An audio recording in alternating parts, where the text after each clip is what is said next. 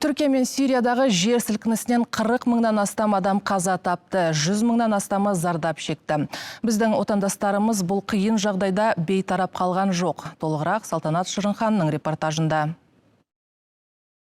Зардабы көп зілзала талай адамға ауыр тиді. Көптеген қазақстандықтар бірден зардап шеккендерге көмек көрсету жолын іздей бастады.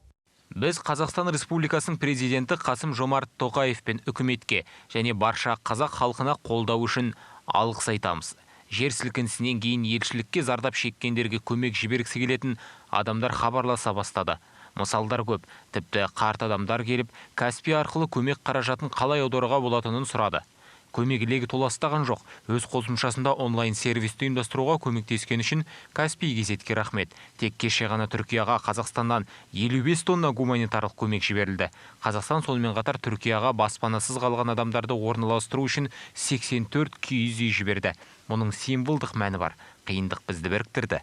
Рахмет, Қазақстан. Түрік елінде болған қайғылы жағдайдан кейін біз шұғыл түрде Қазақстан бойынша бірыңғай волонтерлық көмекті көрсету керек екенін шешкен болатынбыз. Каспий кезет осы жолы біздің жұмысымызды өте оңайлатты, сонымен қатар қатты көмектесті деп айтсам болады. Өйткені қиын жұмысты біз оңай ретінде осы жолы қиналмай жасадық. Сондықтан сол үшін алғысымызды білдіреміз. Осы заманның талабына сай Каспий кезет күннен күнге біздің өмірімізді, белгілі бір жұмыстарымызды оңайлатып көмектесіп келеді. Түркиядағы жағдайлар туралы алдымен әлеуметтік желіні оқып білдім, Инстаграмнан. Әдеттегідей жұмыс күннен соң кофе алғым келді. Бірақ кофе алайын деп бара жатқан жолда есіме бағана оқыған жаңалықтарым, ақпараттарым еске түсті.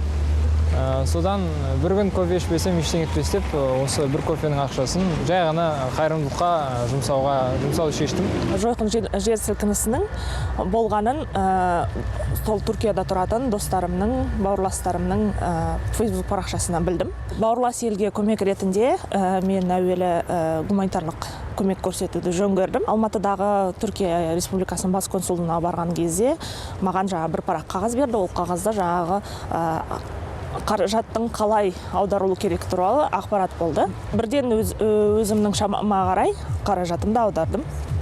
Өте ыңғайлы болды, тез болды, және де ол ақшаның нақты сол көмекке мұқтаж жандарға түсетінін білдім. Түркиядағы зілзаланы аса ауыр қайғыра қабылдадық. Біз бір ел, бір түркі халқымыз.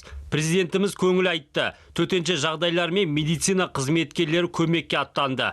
Бұдан кейін бізде қарап тұра алмадық. Бірден штабты жинап, аз күннің ішінде қомақты қаражат жинадық. Мұның барлығы біздің ынтымақ бірлігіміздің арқасы. Түркия халқына көмекті өте оңай әрі жылдам аудардық. Каспий кезеттің көмегімен қайырымды қазақстандықтар зардап шеккендерге 1 миллиардқа жуық теңге аударды. Көмек жинау әлі де жалғасуда. Салтанат Шырынхан, КТК.